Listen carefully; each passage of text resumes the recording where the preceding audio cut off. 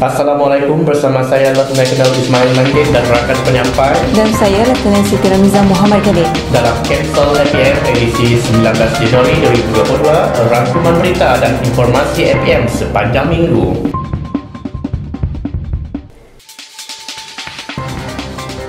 Pada 12 Januari yang lepas telah berlangsung Majlis Pemakaian Pangkat dan Penyampaian Watikah Pegawai Bersekutu Saidat Mapin APM Wilayah Persekutuan yang bertempat di Dewan Ummah Bandar Seri Mahkota. Seramai 23 orang ahli Majlis Perundangan Pertubuhan Islam Malaysia atau MAPIM yang terdiri daripada Profesor Madya Datuk Dr. Muhammad Izhar Arif Muhammad Kasim, penceramah bebas dan aktivis kemanusiaan MAPIM, Datin Sri Nurhaliza Helmi, serta pegawai dan kaki tangan MAPIM telah dipakaikan pangkat dan menerima watikah pegawai bersekutu APM. Turut hadir dalam majlis berkenaan Timbalan Ketua Pesuruhjaya Operasi APM, Pengarah Bahagian Pengurusan Angkatan Ibu Pejabat APM dan Pengarah APM Wilayah Persekutuan serta Penasihat Saidat MAPIM. Pengarah Bahagian Pengurusan Bencana dan Operasi APM melakukan lawatan kerja ke pejabat APM daerah dan menjejaki adiwira APM Kuala Tahan yang kisahnya tular baru-baru ini. Penolong Pesuruhjaya Pertahanan Awam Abdul Wahab Haji Rahim bersama beberapa orang pegawai dan anggota APM Ibu Pejabat serta APM Negeri Pahang melakukan lawatan kerja ke Pejabat Pertahanan Awam Daerah dan menyerahkan sumbangan serta sijil penghargaan kepada Saidat Komuniti Kuala Tahan. Usaha murni dan keberanian Saidat APM Kuala Tahan yang bertarung nyawa apabila bot yang dinaiki untuk menghantar bekalan makanan kepada orang asli Kuala Tahan hampir karam mendapat julukan Adiwira Prihatin Musibah APM dan diberi sijil penghargaan selain sumbangan barangan daripada pertubuhan bukan kerajaan yang turut kagum dengan semangat yang ditunjukkan. Ekoran kejadian menara tinjau APM di Batu Peringgi Pulau Pinang yang tumbang akibat hakisan ombak kuat. APM Pulau Pinang memohon untuk mendapatkan sebuah menara tinjau yang baru. Dalam kejadian pada 12 Januari yang lepas, menara tinjau setinggi 10 meter itu tumbang akibat hakisan ombak kuat. Rentetan itu, APM Pulau Pinang memohon sebuah menara tinjau yang baru untuk menggantikan menara tumbang berkenaan. Dalam kenyataan kepada media, Pengarah APM Pulau Pinang, Kenal Pertahanan Awam Ishak Muhammad Razi menerangkan keadaan menara tinjau yang tumbang itu selain memaklumkan fungsi menara tinjau yang sememangnya perlu di kawasan terbabit demi keselamatan pengunjung pantai dan orang awam.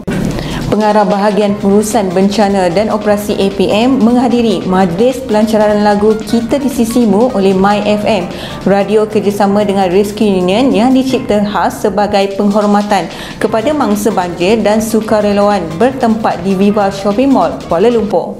Dalam majlis yang berlangsung pada 13 Januari yang lepas, My FM Radio bersama Rescue Union dengan kolaborasi penyanyi tanah air daripada pelbagai kaum melancarkan lagu Kita di Sisimu yang ditujukan khas untuk mangsa banjir dan para sukarelawan sebagai pendorong semangat untuk kembali meneruskan hidupan selepas bencana yang berlaku. Terdahulu, Pertubuhan Bukan Kerajaan Rescue Union menyampaikan sumbangan kepada mangsa banjir di beberapa lokasi yang terjejas dengan kerjasama APM. Ekoran bencana banjir yang melanda negara pada Disember yang lepas, APM dengan kerjasama Jabatan Agama Islam Wilayah Persekutuan Jawi melakukan usaha murni misi Kalam Muf, iaitu program pelupusan naskah Al-Quran yang rosak akibat banjir. Program yang direncanakan Jawi pada 28 Disember yang lepas mendapat sambutan dan kerjasama baik daripada APM, khususnya Ketua Pesuruhjaya APM sendiri. Menyambut baik usaha itu, APM giat mempromosikan program murni ini bagi memastikan pelupusan naskah Al-Quran dilakukan mengikut prosedur yang betul bagi menjaga kesucian kalam suci itu.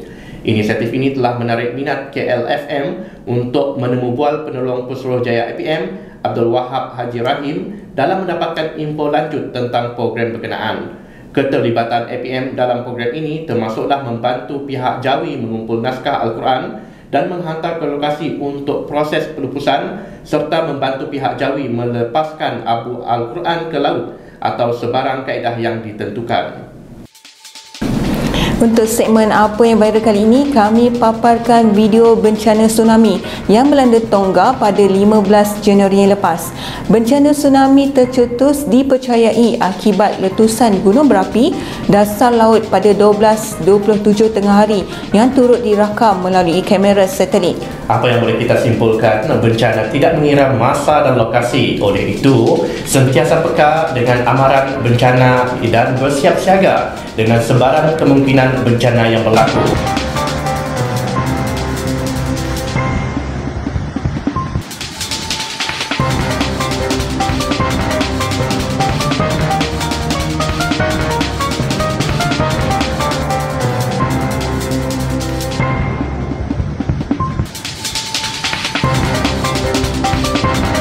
Sekian saja laporan Kapsul APM minggu ini. Sebagai penutup, kami kongsikan video latihan endurance yang turut disertai Yang Amat Setia Ketua Pesuruhjaya APM.